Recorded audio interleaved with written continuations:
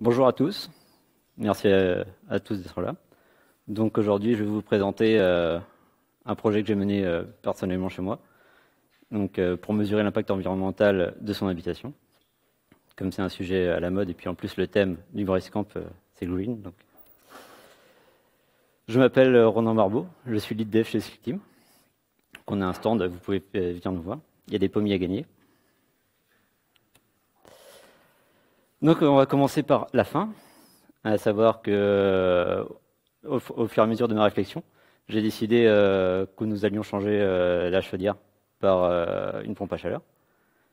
Ça paraît évident, mais maintenant j'ai les chiffres qui me permettent de confirmer. Donc ça permettra notamment de supprimer le gaz fossile qui à l'heure actuelle géopolitiquement est quand même un choix compliqué. Et également installer des panneaux solaires afin d'être un peu plus résilient. Et dans Home Assistant, il y a un module qui permet d'intégrer la génération à notre tableau de bord afin de pouvoir séparer en fait l'énergie fossile des énergies vertes. Donc voici la maison.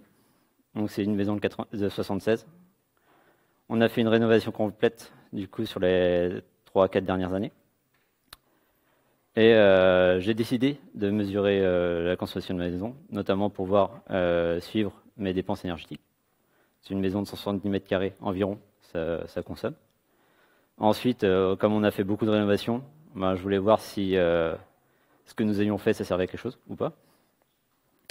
Connaître mieux mon logement, comme on est orienté sud, savoir comment la chaleur se transfère dans la maison. Est-ce que les pièces au nord, par exemple, chauffent bien ou pas? Et calculer mon bilan carbone. Du coup, pour ça, j'ai commencé par mesurer ma consommation d'électricité et de gaz. Ensuite, j'ai mis des capteurs. Donc ça, je vais montrer après pour mesurer la température et le taux d'humidité dans les pièces. La météo extérieure. Et il y a un module dans Home Assistant qui permet d'avoir les émissions en équivalent CO2 du mix électrique français. Mon installation, du coup, vous pouvez voir en haut, c'est un Raspberry que j'ai raqué dans une armoire chez moi. Ensuite, il y a des petits capteurs qui, eux, font température, taux d'humidité et pour certains, pression atmosphérique. Et les capteurs étant en Zigbee, j'ai acheté un dongle aussi, que j'ai mis dans les combles, afin d'essayer de pouvoir capter toute la maison. Et le budget global, quand j'ai une dizaine de capteurs, le dongle et le Raspberry, avant la crise des microcontrôleurs, c'était 350 € environ. Mon installation côté logiciel, donc j'ai Home Assistant en pièce centrale, qui est installé sur mon Raspberry en distribution OS. Il y a différents systèmes d'installation pour Home Assistant. Ensuite, j'ai un serveur MQTT, donc j'ai installé Mosquito. Et Zigbee to MQTT qui me permet en fait d'agréger les capteurs, les données capteurs. Donc en fait, quand je joue un nouveau capteur, je le synchronise avec le dongle. À ce moment-là, Zigbee to MQTT le détecte. Il crée un topic dans Mosquito. Le topic est détecté par Home Assistant et les relevés du capteur sont automatiquement intégrés au tableau de bord. Et j'ai aussi essayé de connecter Linky. Pour l'instant, ça ne marche pas. Et Gaspard, qui est le compteur GRDF. Donc pour le compteur GRDF, en fait, le petit plugin, il se connecte à l'interface GRDF, il pull le fichier Excel avec les relevés et il les intègre après au tableau de bord. Et en bas, le schéma en blanc, en fait, c'est ce que Zigbee to MQTT fournit. On voit au centre du coup le dongle et puis tous les capteurs répartis dans la maison. Et les petits chiffres qu'on voit, c'est la qualité de la réception. Alors voici un exemple de courbe. Donc ça, c'est une courbe début juin. Début juin, il a fait relativement chaud. Donc en fait, on peut voir que la courbe qui oscille énormément, c'est les combles. Étant donné qu'on est directement sous les toits sans isolation, ça monte très vite. Et ça descend très vite aussi. Et on peut voir Enfin, je ne sais pas si les gens au fond voient très bien. Mais il y a une courbe en rouge qui suit légèrement en décalé cette courbe des combles. En fait, c'est l'étage. Et au bout d'un moment, en fait, l'isolation n'est plus suffisante. Donc, en fait, la chaleur est transférée aux chambres de l'étage. Et au moment où les courbes se croisent, il y a quand même un delta de temps. Comme en fait les chambres sont isolées, la chaleur reste et ça met un certain temps à redescendre. Donc là, par exemple, j'aurais un peu de travail à faire encore. Pour l'humidité, donc il y a une courbe qui se détache nettement des autres. Donc là, c'est notre chambre. En plus, on a constaté physiquement qu'il y avait de l'humidité. Mais là, ça a été confirmé. Et là, on a entrepris des travaux pour isoler, notamment au niveau des fondations. Parce que c'est par là que rentre l'humidité.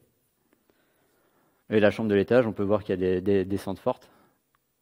En fait, ça vient avec l'augmentation de la chaleur, le taux d'humidité baisse. Ça, c'est ce que Home Assistant propose quand on connecte des fournisseurs d'énergie. Donc, comme je n'ai pas réussi à avoir Linky, pour l'instant, l'électricité n'est pas représentée, mais le gaz, et puis on voit la petite animation pour dire que le fournisseur d'énergie nous alimente. Donc les constats que j'ai eus après quelques mois d'installation. Donc il y a un déficit par endroit dans les combles. Ça a été confirmé parce que dans ma commune, en fait, on peut emprunter une caméra thermique. Et j'ai fait le tour complet de la maison et les relevés matchaient avec ce que la caméra m'a indiqué. Le taux d'humidité est normal dans une chambre, donc là ça a confirmé notre ressenti. Après, globalement, on a remarqué une bonne isolation entre les pièces. C'est-à-dire que même si le salon, qui est côté sud, chauffe, quand on ferme les portes, le fait qu'on ait réisolé les cloisons, les pièces côté nord, donc les chambres, ne chauffent pas autant. Donc ça reste à température plus viable, notamment pour le sommeil. Et après, j'ai testé quelques leviers simples pour diminuer la consommation électrique. Donc, par exemple, j'ai changé un écran. J'avais un écran qui consommait 60 watts. Maintenant, mon nouvel écran consomme 10. Donc sur l'année, avec le télétravail maintenant, ça fait une certaine quantité. Pour le futur, sur Home Assistant, donc comme je vais en faire en fait un tableau de bord général pour la maison, mais aussi pour les conditions extérieures. Déjà, j'aimerais bien faire fonctionner Linky. Donc à savoir que Enedis ne fournit pas d'API. Il y a un système qu'une personne a fait, ça s'appelle Enedis Gateway. En fait, il a déclaré une société, et à travers cette société, on peut accéder à nos relevés. Moi, pour l'instant, il y a quelque chose qui n'apparaît pas correctement sur mon tableau de bord Enedis, donc il va falloir que j'appelle Enedis. Et après, autrement, on peut avoir des petits boîtiers et le connecter directement au Linky. Il y a des ports de télémaintenance. Bon, là, c'est pareil, je n'ai pas réussi à le faire marcher. D'accord. Mais ça va venir. Ensuite, j'aimerais bien ajouter un indice de qualité de l'air. Là, il y a Airbraze, qui est une association bretonne qui mesure la qualité de l'air. Et j'aimerais bien intégrer ça dans mon tableau de bord. Les niveaux de pollen aussi. Comme on est plusieurs dans la famille est légèrement sujet au pollen et aux allergies. Les alertes sécheresse et mesurer la consommation d'eau. Parce que pour les Rennais, je ne sais pas si vous êtes au courant, mais on est en alerte sécheresse depuis fin mai. Et du fait des alertes sécheresse récurrentes et du manque d'eau récurrent depuis plusieurs années, et avec l'augmentation de la population, les autorités commencent à se poser des questions sur l'alimentation en eau du bassin rennais dans les 10-20 ans, sachant qu'on va déjà prendre de l'eau ailleurs que sur le bassin rennais, pour l'alimentation courante. Et d'autres choses ensuite. Mon retour d'expérience, du coup, sur le montage de ma plateforme en local. Donc, c'est plutôt installer Home Assistant OS que Home Assistant sur Docker. Si vous installez Home Assistant sur Docker, en fait, vous n'avez pas tout. Installer d'autres logiciels à côté, c'est pas forcément simple. Home Assistant OS permet d'avoir ils ont des services intégrés. Donc là, les services que j'ai présentés, par exemple Mosquito et Zigbee to MQTT, sont intégrés à la plateforme. Pour l'utiliser maintenant depuis un peu plus d'un mois, il y a des mises à jour fréquentes, quasiment toutes les semaines, de l'OS, des mises à jour, des grosses mineures, on va dire presque tous les mois. Il faut bien réfléchir aux emplacements des objets sur le réseau, à savoir que là, on avait un capteur qui fonctionnait pour l'étage, mais il y a 2 chambres. Et le deuxième capteur, pour l'instant, en fait, il y a trop de murs. Du coup, le signal Zigbee ne passe pas. Ce Zigbee étant en fait vraiment faible consommation, s'il y a trop d'objets, le signal peut ne pas passer. Essayez de recommencer. Savoir que l'installation que j'ai à l'heure actuelle, ça doit être la 4e. Il faut persévérer. Tous les fournisseurs de données, notamment Enedis, ne sont pas très coopératifs.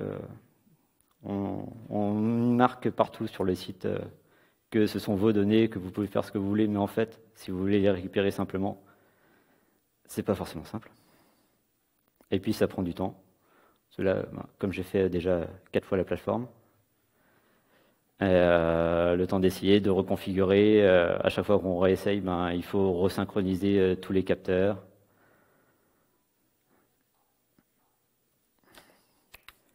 Et puis voici les chiffres de ma consommation pour 2021.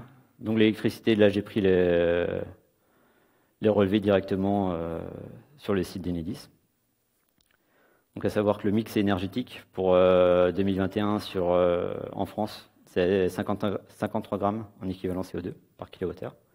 Donc pour une consommation de 3900 kWh, c'est à peu près 203 kg. Le gaz.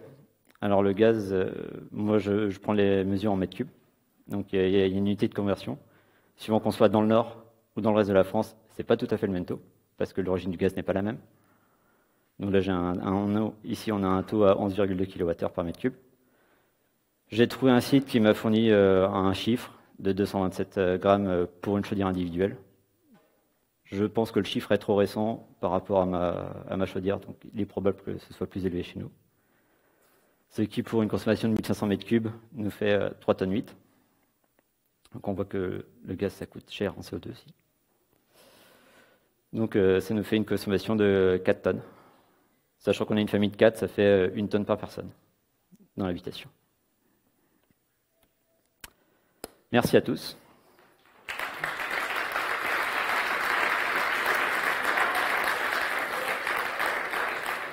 Donc ça, c'est toutes mes sources pour les différents chiffres que j'ai fournis. Et si vous avez des questions, les slides.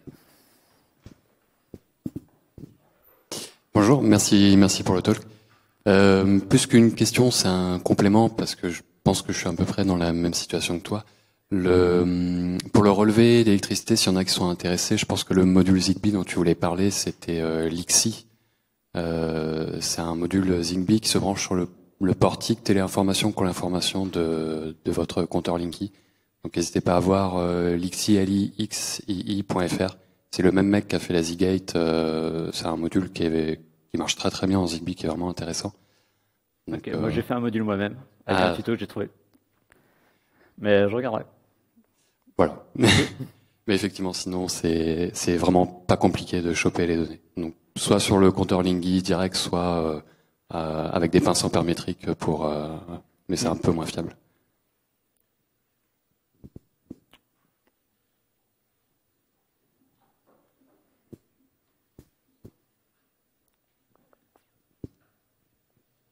Merci pour la présentation. Du coup, pareil, chez moi, j'utilise Home Assistant pour pas mal de devices et je me posais la question pourquoi le choix de Zigbee to MQTT par rapport à ZHA ou des cons enfin, est-ce qu'il y a des avantages notables ou non, c'était juste comme ça? C'est le premier que j'ai testé. Ça a fait ce que je voulais. Donc je suis pas allé plus loin. Ok. Et tous les devices que je voulais utiliser étaient supportés. Donc, ok, merci.